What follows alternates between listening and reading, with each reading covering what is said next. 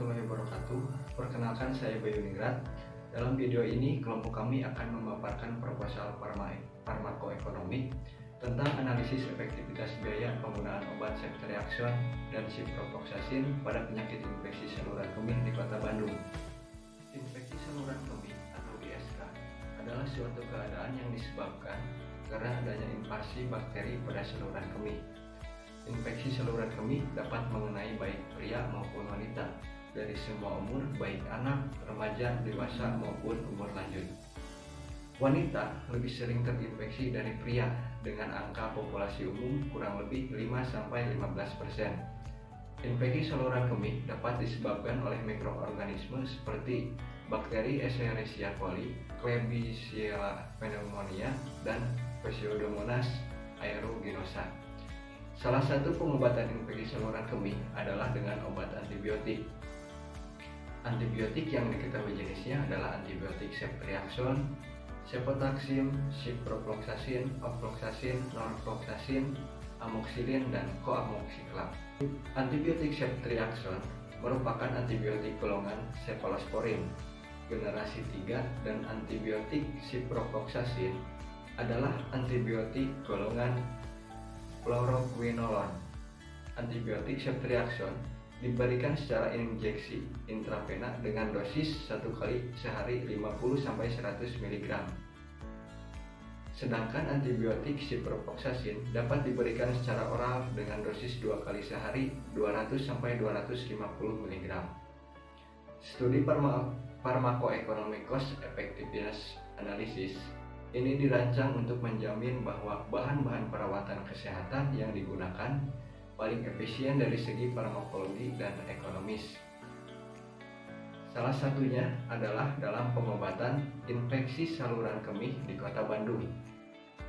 Dengan prevalensi infeksi saluran kemih pada anak di Kota Bandung sebesar 0,78%, yang terdiri dari prevalensi untuk anak laki-laki 0,45% dan untuk anak wanita 1,20%. Saya Nurul Novianti. Untuk rumusan masalahnya, yang pertama ada antibiotik, manakah yang lebih cost effectiveness dalam pengobatan infeksi saluran kemih di Kota Bandung. Yang kedua, apakah ada perbedaan outcome yang signifikan dari perbedaan rute pemberian antibiotik untuk infeksi saluran kemih. Untuk tujuan yang pertama, untuk mengetahui pengobatan infeksi saluran kemih yang lebih cost effectiveness analisis antara antibiotik ceftriaxone dengan ciprofloxacin. Untuk yang kedua, untuk mengetahui perbedaan hasil luaran atau outcome yang signifikan dari rute pemberian obat untuk penyakit infeksi saluran kemih secara intravena dan oral. Manfaat penelitiannya yang pertama, memberikan informasi mengenai penyakit dan pengobatan infeksi saluran kemih di Kota Bandung, khususnya dengan antibiotik ceftriaxone dan ciprofloxacin. Yang kedua, memberikan informasi dan gambaran mengenai bagaimana hasil pengobatan dengan antibiotik ceftriaxone dan ciprofloxacin untuk penyakit infeksi saluran kemih. Untuk yang ketiga, memberikan informasi dan manfaat kepada masyarakat mengenai efektivitas biaya dan pengobatan terhadap penyakit infeksi saluran kemih. Rancangan pada penelitian kami yang berjudul Analisis Efektivitas Biaya Penggunaan Antibiotik Ceftriaxone dan Ciprofloxacin terhadap penyakit infeksi saluran kemih. Penelitian ini bersifat observasi analitik dengan menggunakan studi retrospektif yang bertujuan untuk memberikan gambaran dan menjelaskan suatu keadaan dengan melihat latar belakangnya. Di sini kami menggunakan dua variabel, yaitu variabel dependen dan variabel independen, di mana variabel independen itu adalah variabel yang mempengaruhi variabel dependennya. Variabel independennya adalah antibiotik dan variabel dependennya adalah biaya terapi. Tempat penelitian yang kami pilih adalah di salah satu rumah sakit di Kota Bandung dengan waktu membutuhkan kurang lebih 30 hari.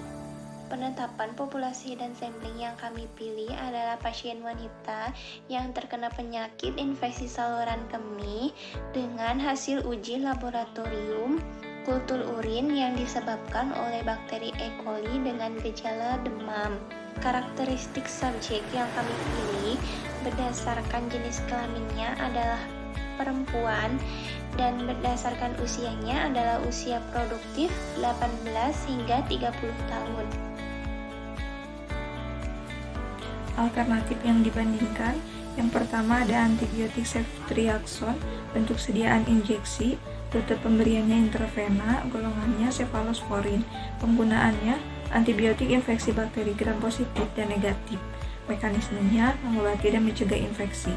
Yang kedua antibiotik ciprofloxacin, bentuk sediaannya tablet, rute pemberiannya oral, golongan fluoroquinolone, penggunaannya antibiotik infeksi yang disebabkan oleh virus dan bakteri, mekanismenya menghentikan pertumbuhan bakteri.